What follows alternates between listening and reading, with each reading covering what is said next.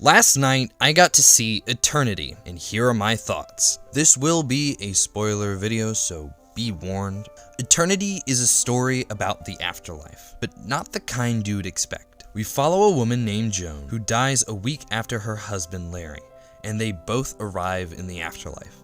In this afterlife, souls are given 1 week to choose their eternal home, and Joan is torn between spending forever with Larry or with her first love, Luke, who died young and has waited decades for her. The film follows her as she navigates this love triangle, deciding between the enduring love of her marriage and the passionate, time-frozen memory of her first love. It's a little like The Good Place in both its visuals and tone. Both use comedy to explore big questions about morality, identity, and what makes existence meaningful after death.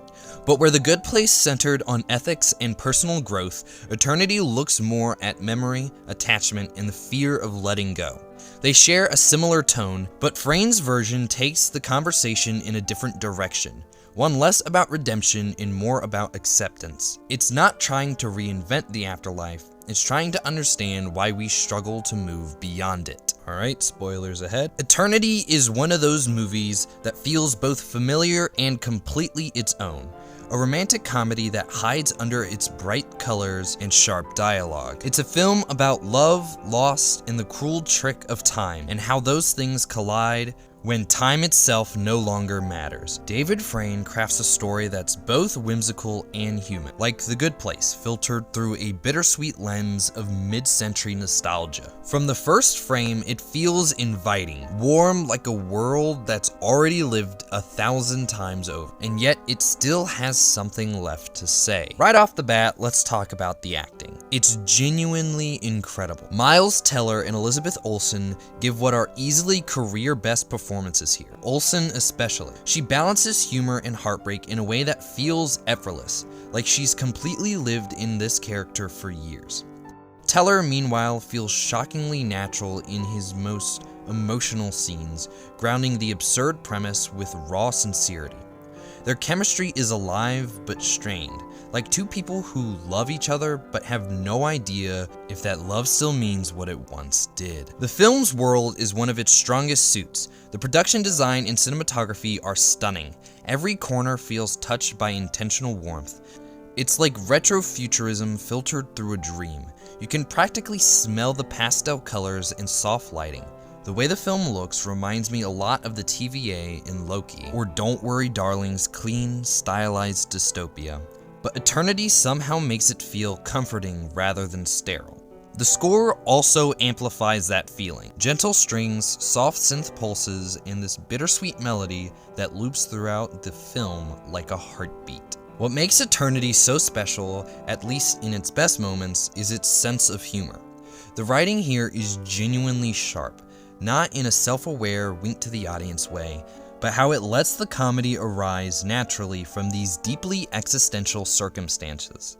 The jokes hit because they come from real emotion. Sometimes it's absurd, but it works. Frayn's script captures that tone perfectly. The comedy becomes part of the sadness. And thematically, the movie's questions are genuinely fascinating. Eternity is, at its core, a story about choice, about who we choose to spend our infinite time with. It's a tug-of-war between the memory of a first love and the comfort of a long-term partnership. Joan's central dilemma, does she choose Luke, the man who represents a lost possibility, or Larry, the man who stood beside her for years, feels like something straight out of a dream, and yet deeply grounded in reality. The film uses its supernatural conceit to explore something quite painful, the desire to go back and fix what could have been, versus the acceptance of what is. That said, where Eternity stumbles is in its pacing and development. The story moves almost too quickly at times, not allowing its most emotional moments to breathe. Scenes that should hit like a gut punch instead glide by too easily. There's a version of this film that is a masterpiece, one that lingers longer, lets us sit through those awkward silences and lingering glances. Instead, it sometimes feels like it's rushing to get to the next big concept. And because of that, the third act, while satisfying in idea, doesn't quite land with the force it should. The biggest weakness, though, lies in Luke's character arc. While Turner plays him, I think, fine enough, the script never gives us enough reason to understand why Joan would choose him. We see hints, nostalgia, chemistry, what could have been energy, but it's not enough. There's no emotional foundation strong enough to justify the film's quote-unquote climactic choice. And that hurts the ending. It's not that the decision is wrong. Thematically, it makes sense, but it feels undercooked. We're told why it matters, rather than shown in full. It's one of those rare cases where a few more minutes could have made all the difference. There's also a subplot involving Divine Joy Randolph's character that feels criminally underdeveloped.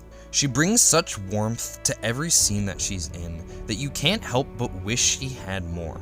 Her storyline brushes against something powerful, grief, memory, and the struggle of being stuck in a place that won't let you move on, but it's never given the time it deserves.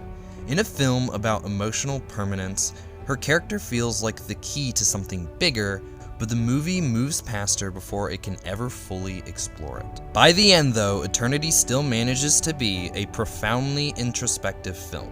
It's not just about romance, it's about the tragedy of being trapped by time, by nostalgia, and by your own choices. It asks what eternity even means if you can't change, if every decision you make is just a repeat of one you've already made before. That haunting idea lingers far beyond the credits.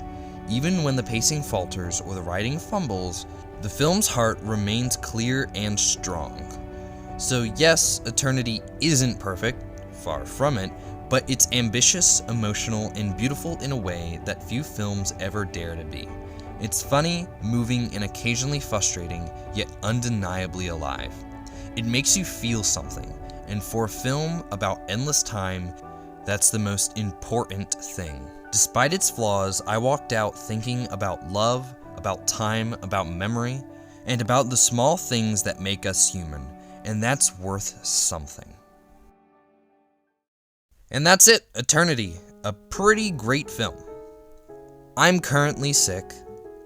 Again, the cold is doing wonders to me, but at least I'm getting more work done. Until next time, keep watching movies, keep noticing the little details, and remember, Miles Teller was always the hot one.